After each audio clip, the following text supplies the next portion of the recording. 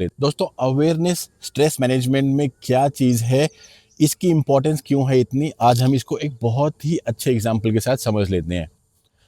मान लीजिए आप अकेले रहते हैं घर में और नहाने के बाद में पानी का टैप ऑफ नहीं किया, आपने उसको बंद नहीं किया नलके को। हम चले गए ऑफिस में, शाम को जब घर लौटे हम थके हारे तो मन करता है कि नहा करके बैठेंगे आराम से, फिर खाना खाएंगे, सो जाएंगे। लेकिन पानी की टंकी खत्म हो चुकी थी, क्योंकि सुबह हमने नल का बंद नहीं किया था, हमें ध्यान नहीं था। रूम से बाहर निकलने के बाद में आपने नोटिस किया होगा, लाइट ऑफ नहीं करते, कई बार पंखा ऑफ नहीं करते, तो मम्मी भी डांट लगाती है कि कोई है रूम में, कोई नहीं है, फिर ऑफ क्यों नहीं कर रहा है लाइट, फैन ऑफ क्यों नहीं किया, बिजली का बिल आएगा इसका।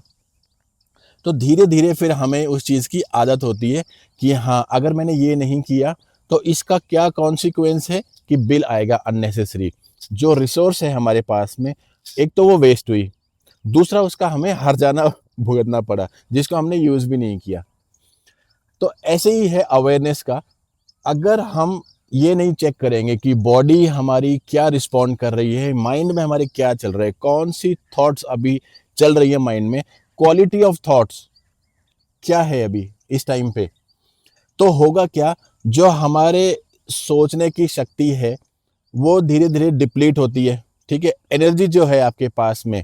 इसीलिए अगर हम सुबह से शाम तक ओवर थिंकिंग करेंगे या हमारी क्वालिटी ऑफ थॉट्स उतनी अच्छी नहीं है, तो आपने देखा होगा कि बिना कुछ किए ही हमें टायर्डनेस फील होती है, ऐसा लगता है कि एनर्जी ड्रेन हो गई है पूरी। और जब हम किसी काम को करने के लिए जब निकलेंगे एक्चुअल में, तो उस टाइम पे हमारे पास एनर्जी नहीं होगी। बस ये सिंपल सी चीज़ है।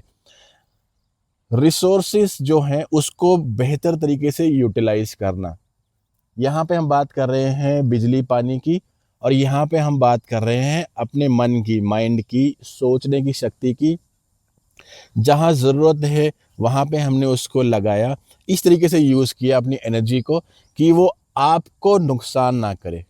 ठीक है, ऐसा ना हो कि आपकी जो एनर्जी है वो डिप्लीट हो जाए और एक लंबा चौड़ा बिल आए बाद में। जैसे हम सोचते रहते हैं, तो साइकोसोमेटिक भी हमने डिस्कस किया है पहले। माइंड से होकर के सोमा बॉडी में बीमारियां बनती हैं, और फिर उसको ठीक करने के लिए हमें अस्पताल के चक्कर, दवाइयाँ, डॉक्टर के चक्कर, और फिर लंबा बिल बनाना पड़ता है।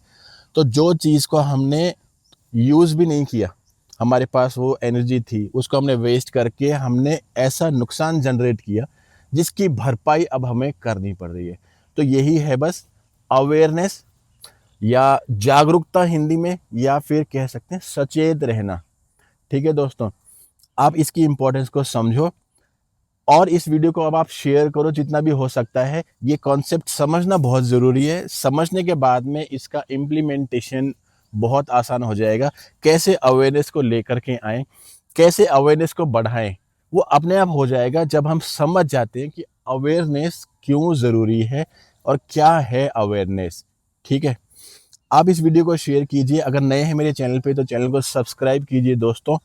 और हम मिलते हैं अगली ही ऐसी अमेजिंग इंटरेस्टिंग वीडियो के साथ में। Stay strong.